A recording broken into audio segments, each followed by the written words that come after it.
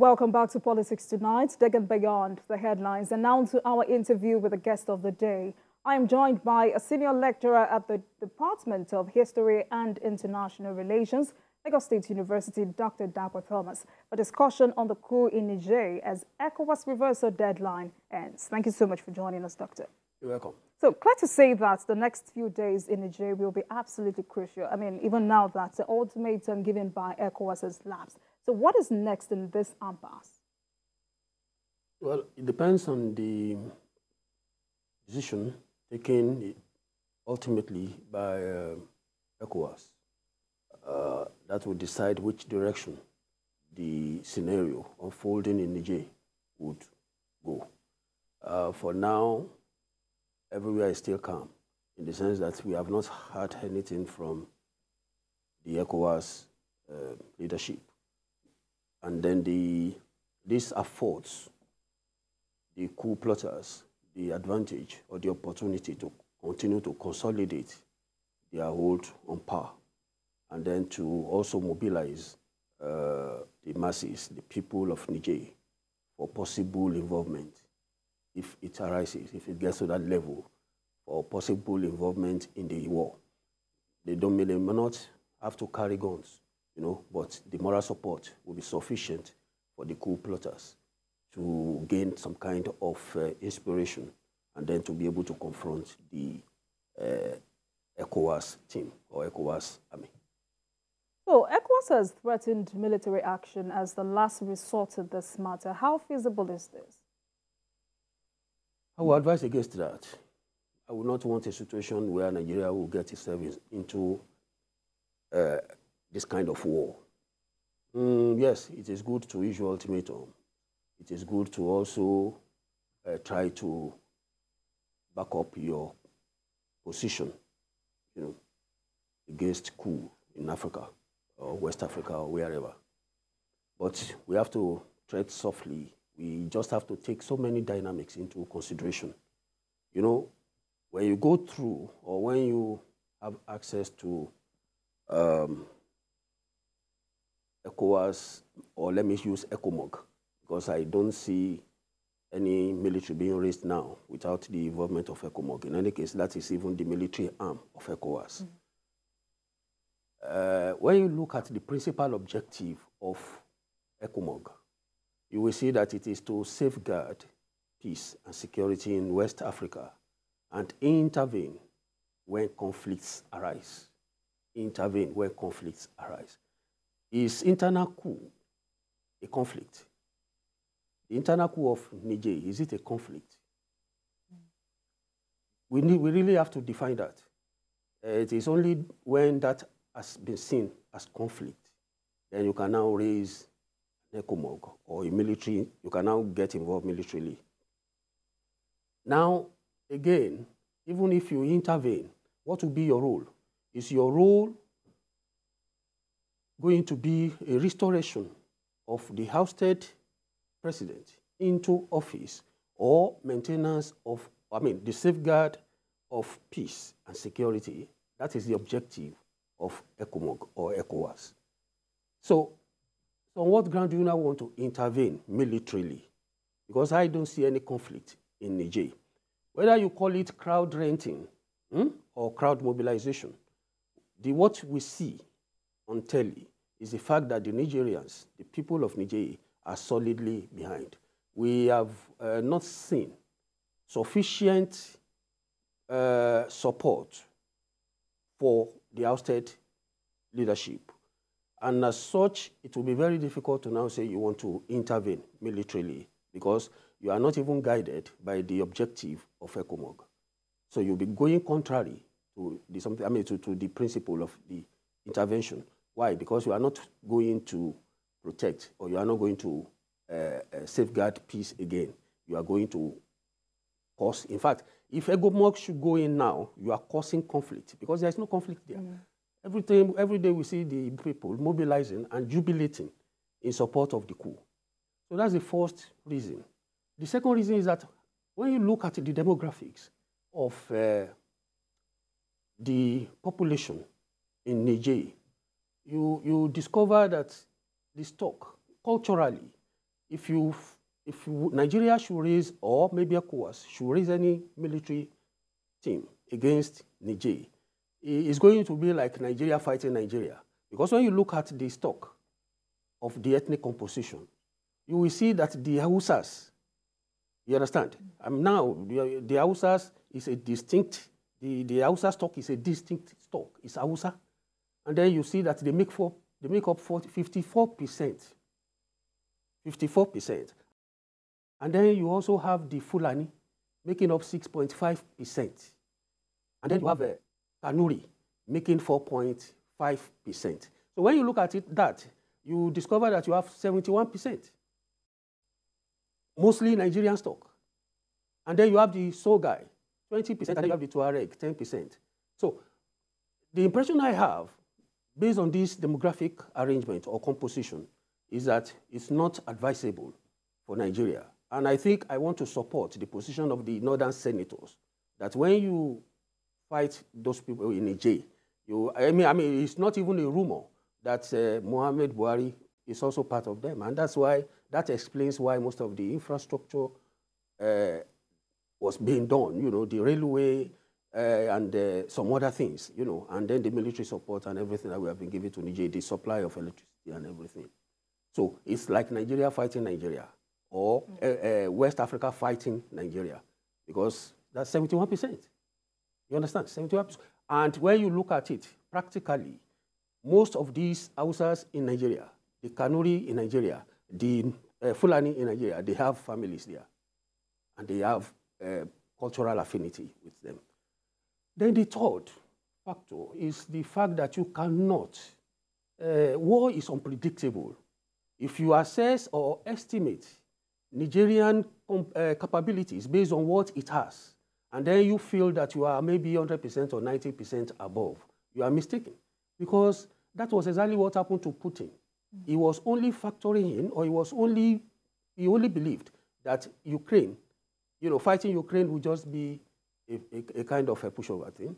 Unfortunately, that's not, you can't, in war, you can't put 1 + 1 and get 2, because you can never know those who are trying to intervene. And in any case, don't forget, Burkina Faso and Mali have already expressed openly their readiness to intervene. And then, from reports, the Wagner troop is there. And then Russia has also voiced it out that the external forces should keep away.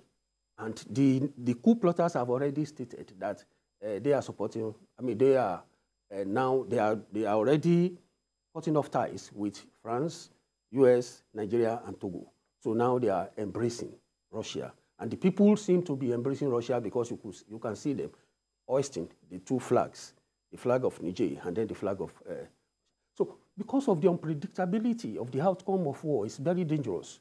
You may never tell who are going to support, which people are going to support. Niger knows that between Nigeria and Niger, there is a walkover. But they know that they are not the only people that will fight. So they are ready.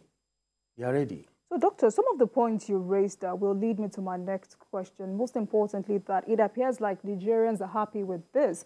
This is the 5th successful coup since independence. There have been, record says there have been several unsuccessful coups. And President Bazoum is the only legitimate president. What does this say about Niger as a country? It depends on the perception, or it depends on the outlook or orientation of the military.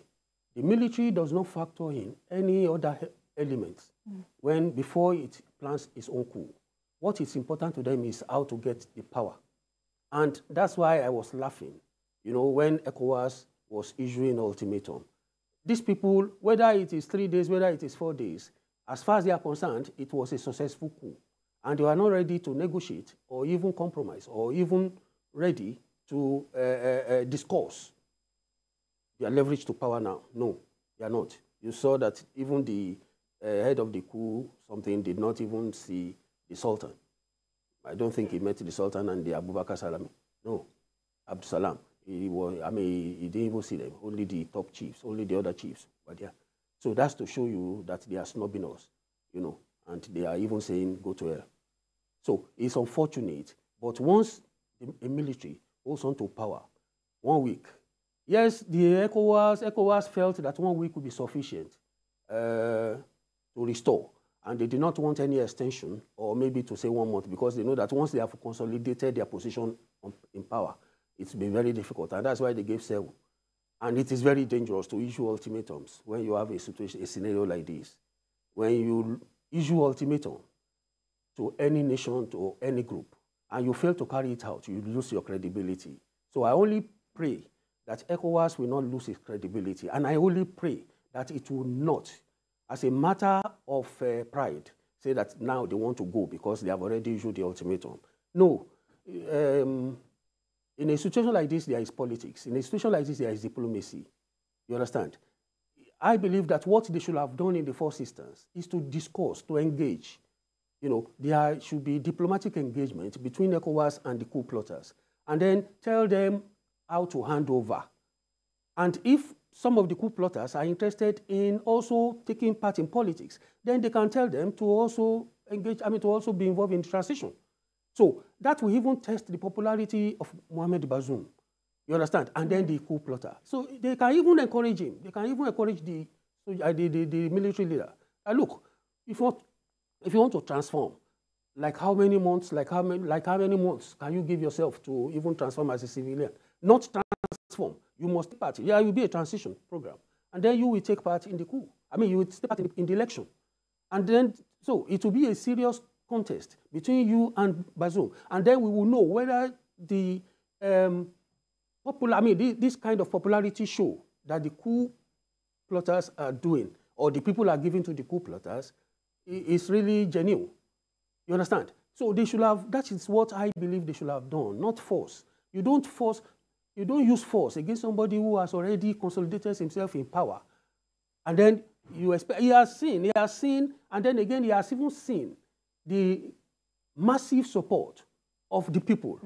So he knows that there is no division. There is no discord in the country. So he now consolidates himself into office based on the support that he has enjoyed from the locals. You understand? And he knows that Nigeria will not want to fight because the whole stock, the majority of the stock there is made up of Nigerians. So just like you, many Nigerians are also dissuading ECOWAS from going into war with Niger. But the question is it the decision of Nigeria or ECOWAS as a body? No, it's the decision of ECOWAS. Nigerians are, I don't see, if we have to take our representatives in the Senate as speaking on our behalf, then they are saying no, because they have already told the president categorically, no, don't go to war. You understand? So that means Nigerians have spoken, and they are against the war. So what's the junta refused to meet with ECOWAS delegation. What is the implication of this? The implication is that they are saying, take whatever action you want to take, and then you meet us there. They are ready for battle. They are ready, not on the basis of what they possess. They are ready based on those that are behind them, those who are giving them moral support. The Wagner something is there. The Wagner group is just it's a mercenary group now that just fought in Ukraine and took over Bakhmut for Russia as against the Russian army, failing to even win Bakhmut. You understand? So the Wagner group is tested already, and they are just fresh from war. And don't forget, this Wagner group is a group that was ready to also take up the Russian army within Moscow. You understand? They were marching to Moscow. So they are war tested. When last did we fight war? When last did Nigerian army fight war? When last did most of these countries fight war? When last did we fight? The last war that our military really engaged in was the Civil War. All the other operations they have been doing outside Nigeria are just peacekeeping missions. You understand? And then you make contributions possibly to Gulf War. You make 2 or 3 people, combatants, to just join them.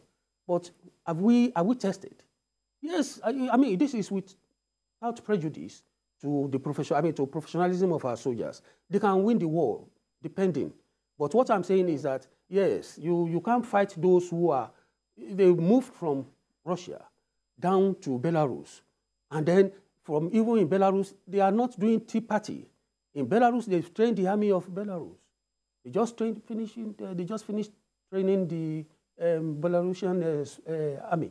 And then they are coming now to Niger. And you want to go and fight those kind of people? I mean, no, it's very tough. It's very difficult. These are the complexities. These are the dynamics that ought to have been factored in. Just engage in diplomatic, discussion. All right, so now that we are where we are now, what does ECOWAS needs to do for it not to lose its credibility?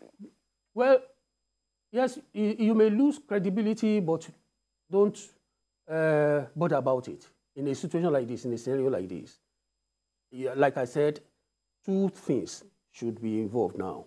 You don't fight war based on emotionalism. You don't fight war based on pride. You don't fight war based on pride. It was pride that pushed Putin to where he is today. You understand? And you can see that it's now taking him almost 1.5 years to, he has not even, no sight at all that he's going to win the war or anything. You don't know those who are going to intervene. All these French, US, and Co, and all of them talking about they will support ECOWAS, they will support ECOWAS. Are they really ready to support ECOWAS to the level that they have supported Ukraine? You understand? Then after the war, what is likely to be there for them? You know, because most of these nations, they always look at what will benefit them after the war. You understand? They don't just go to war and put the lives of their own citizens in jeopardy. Who told you that US will release its own soldiers to go and get involved in a local war? No. Yes, to fight terrorism, yes, you can do that. But to now tell them you want to get involved in Nigeria or ECOWAS Nigerian war, no, no, no. It's not likely that they will release their children. And that's why you can see them. They can pump money. They can give you ammunition. They can give you armament. They can give you everything. But for their children, no, they don't. They are quietly disengaging. They have seen that, look, they can use the people of that country or whichever, or the countries they are supporting to fight the war. They will supply the arms, you know, but they will protect their own children. And then we are now going to put our men there. For what purpose? To restore one man in power. And one man whose popularity or whose popularity and acceptability we cannot determine based on what we have seen, based on the demonstrations we have seen from his people. If the people are with us, it may give us a kind of moral inspiration to say, yes, this thing is popular. But when we go in there, we are not going to be popular. We are not. So back to the meeting that was supposed to happen between ECOWAS delegation and the Coupists. I mean, some have described this as a slap on ECOWAS. But then, are the Coupists bound to honor such meeting? No. No, it is very dangerous for you to expose yourself to a man that is in power or that has just taken power. No.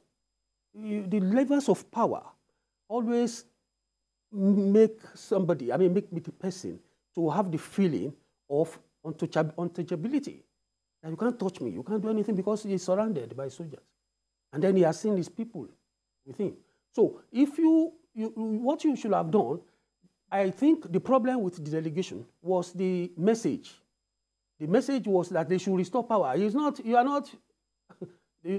not a colonial regime.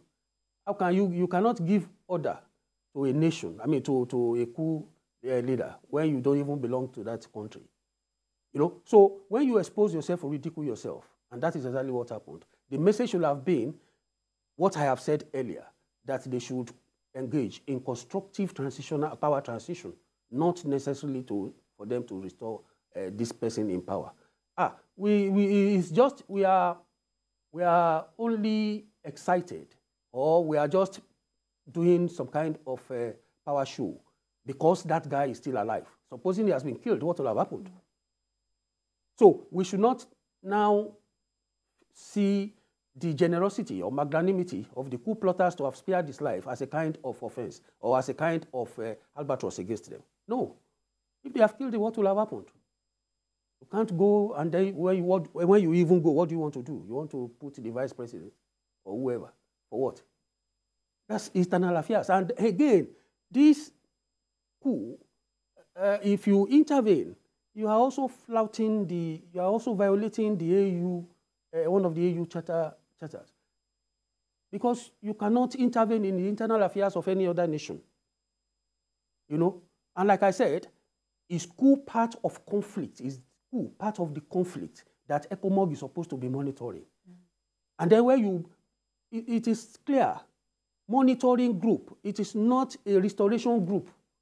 ECOMOG is not a restoration group. It's a monitoring group. There is nothing in the objective that states that you should go into another person's country to restore.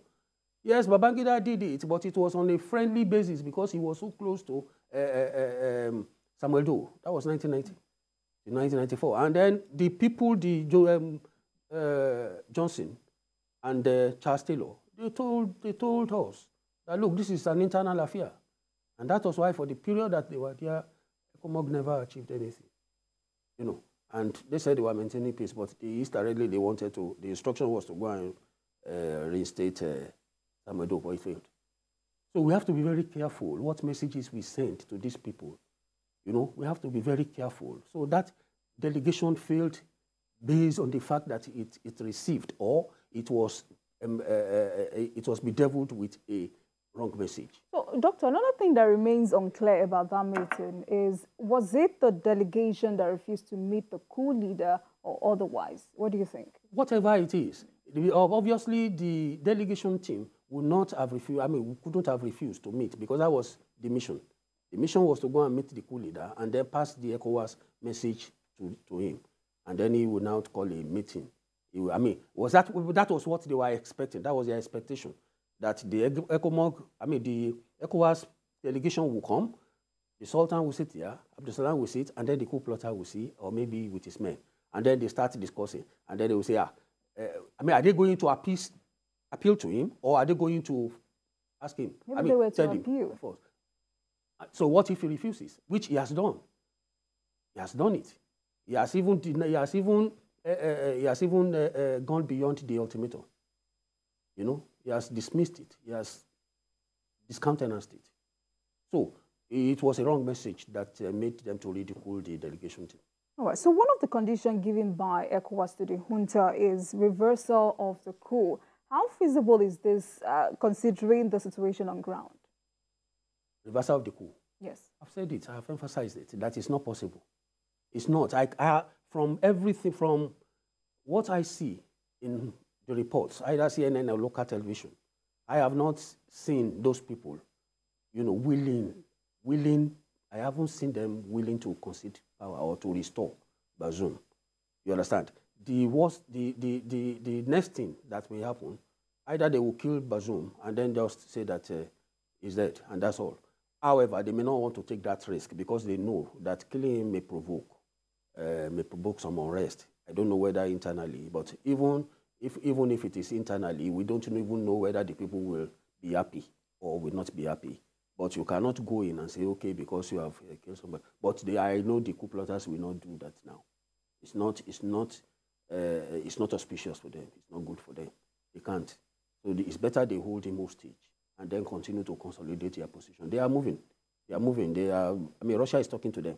So they are moving. They are consolidating their power. You know, and even when you look at it now, maybe about 1 month or maybe about 3 weeks or whatever number of weeks they have been in power, it's enough for them to even consolidate. And so they are moving ahead. They are ready. They are ready for war. They are ready for it. So they are not ready to restore any power. They are not ready to give to anybody. Like I said, what will have changed the dynamic is if the people of Niger had risen in support of the ousted president. It is a moral question. So they will face the moral issue. But now they are not facing any moral issue. The moral issue that is confronting them is positive for them. It's positive. It's only international. Which international are we talking about? France. And everybody saw the pact that France signed with them. You know, the continued exploitation of an independent nation. That's one. 2, Nigeria. They know that you can't do it. Why? Because your men are with us. You understand? So 3, Togo. Definitely Togo cannot even do anything militarily. US. Well, I don't know. Because I know that in terms of aid, they have enjoyed tremendous and substantial aid, financial aid from US because of his war against terror and because of his monitoring and everything. I don't know if that is sufficient to now say that they want to. In any case, they don't even want to respect anybody at this stage. All they want to hear, the only person they want to hear from now is Putin. And they have heard from him because he has said that they should all go, all the powers should go. And so now he's free to come and exploit the uranium and the mine coal that they have. So ECOWAS has also lined up some sanctions against Niger. How effective will this be? Yes, that's another position.